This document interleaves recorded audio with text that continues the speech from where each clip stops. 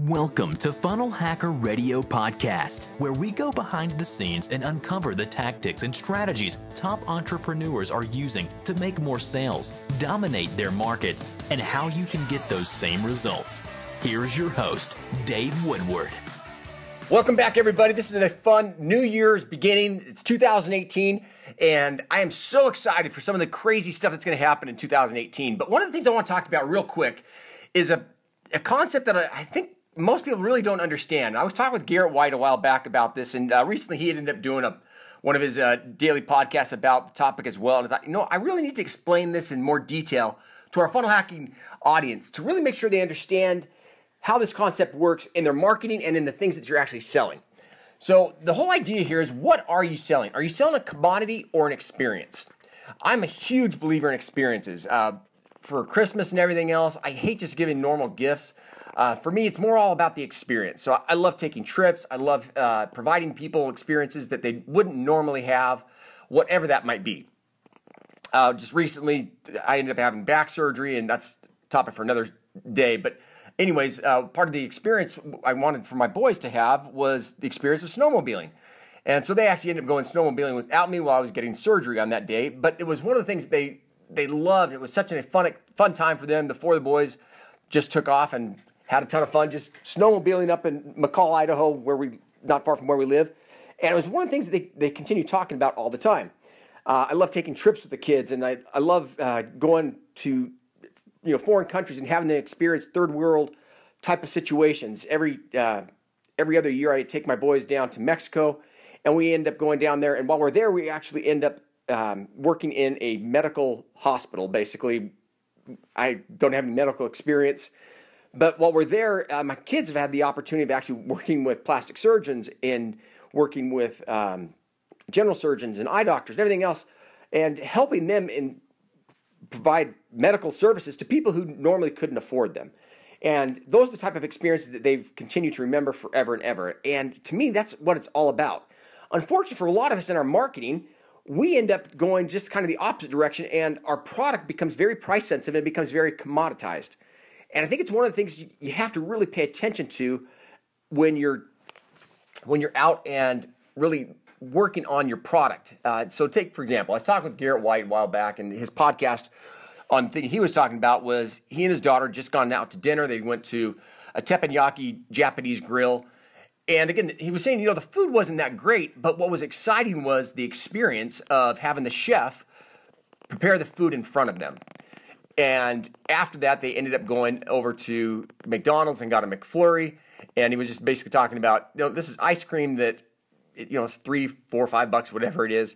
But that same ice cream could be an experience and can be sold for a lot more. So I want to kind of talk to you a little bit about this in your marketing and how that works. So take, for example, as far as ice cream. I love ice cream. My youngest son, Jackson, is the dessert king. Every single night, he has to have some type of dessert. And it's all about the experience. So take, for example, when you go get ice cream, you can go down to, McDonald's and get a McFlurry for, $3 or whatever. You go through a Dairy Queen and get a Blizzard. Or you can go to, like if you're in Austin, one of my favorite places in Austin to go to is Amy's Ice Cream. Amy's Ice Cream is an establishment of Austin. And they're on 6th Street. And it basically, there's always a line no matter when you go, and it's because of the experience. And that experience basically goes back to kind of the whole marble slab type of ice cream, where you go in, you pick what type of ice cream you want, you pick what type of flavor and fixings you want added to that, and they chop it all up and they basically provide it to you in a scoop. Basically, they throw it up in the air and catch it in the bowl, and it's all the experience. And you spend anywhere from $8 to $10 for this little tiny bowl of ice cream, but it's the experience. And because of that, Amy's has become this huge popular place that everyone goes to in Austin to get ice cream. The same thing happens in any other type of product or service. You have to think of, what is the experience that I can provide for these people? What are the things that they would really like or that they would talk about? Now, take, for example, on high-end coaching programs, a lot of times it's the experience. People spend a lot of money because they actually have the opportunity of going out and experiencing being with the guru and sitting in the masterminds. And because of that, they're able to get a much higher price point for that kind of stuff. So when you take a look at your own marketing, take a look and see what are the types of things that you can do to add to it, to not make it a commodity, but to make it much more of an experience. It's been one of the things I've looked at here at ClickFunnels when we have one of our large rooms, basically, where we have our mastermind meetings and everything else. We've actually toyed around with the idea of having other gurus basically be able to bring their people to ClickFunnels headquarters and use that conference room as part of the experience for their students and things. I've seen the same thing happen with Joe Polish and Genius Network and the experience that happens down there. Bedros, talking with him as far as some of his high-end masterminds, one of the things that he's done is on his high-end masterminds, where basically it's a 3-day event. First day, they come in and they're with a coach, and not all of them are actually with Bedros.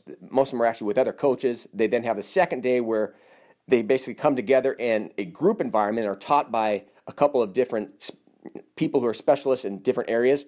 But the third day is an experience where they then go out, and if they're in Vegas, they typically go on a big hike, and they hike up to one of the top peaks in that area. When they're in San Diego, they go out and they go surfing with Bedros.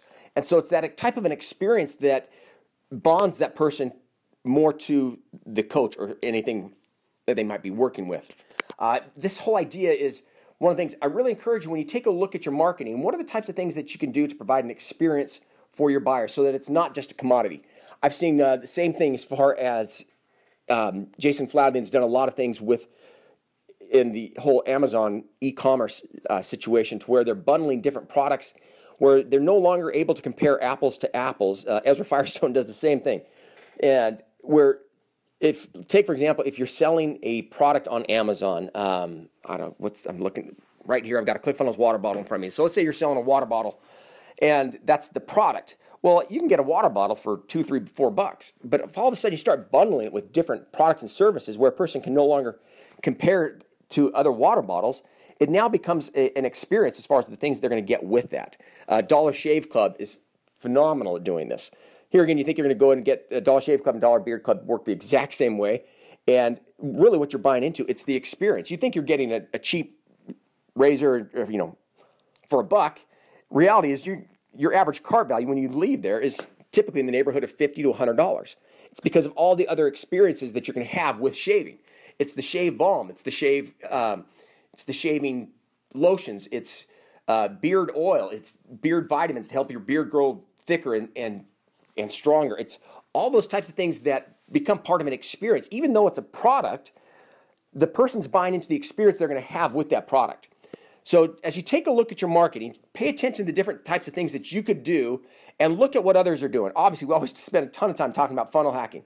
I want you to take a look at who are some of the leaders in your industry, and are they creating an experience for the consumer, or is it just a commodity? You'll find that anybody who's super successful, especially as far as increasing average cart value, the way they do that is by creating an experience for the user. And sometimes it's not a physical experience. Sometimes it's just a mental experience that they're taking that person through. It's an emotional experience where they have this emotional buying with that product. For example, my wife loves Lululemon, and she has an emotional connection and an experience by literally just walking into the store. The way it smells, the way it looks. I mean, it becomes this experience of shopping at Lululemon. So realize that, and because of that, they're able to charge, $75 to $120 for a pair of leggings that you could get on Amazon or Target for a ton less.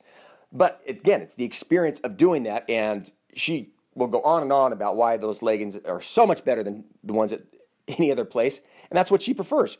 But it's because of the experience, and others have now caught on to that and are trying to duplicate what Lululemon has done. So just realize, even though you're selling a commodity or a product, you can still have an experience. And try to find different things that you can do to create an experience, and a lot of that's in your marketing as far as how you're presenting it, what you're saying, what is the picture that you're painting for them. So with all that, again, I appreciate so much all the people who listen to this podcast. I would love if you wouldn't mind going out to iTunes and giving us a rating or review. It's something I've really never asked much for, but I'm finding that it actually provides a lot of value to others. So if you don't mind, go to iTunes or wherever you're listening and give us a rating or review. I will be checking those on a regular basis and commenting on those as well. So again, thank you so much for being a Funnel Hacker Radio Listener, I wish you all the best in your marketing this year, 2018. Cannot wait to see how it goes for you. And again, look forward to seeing many of you guys at Funnel Hacking Live real soon. Talk to you soon. Bye.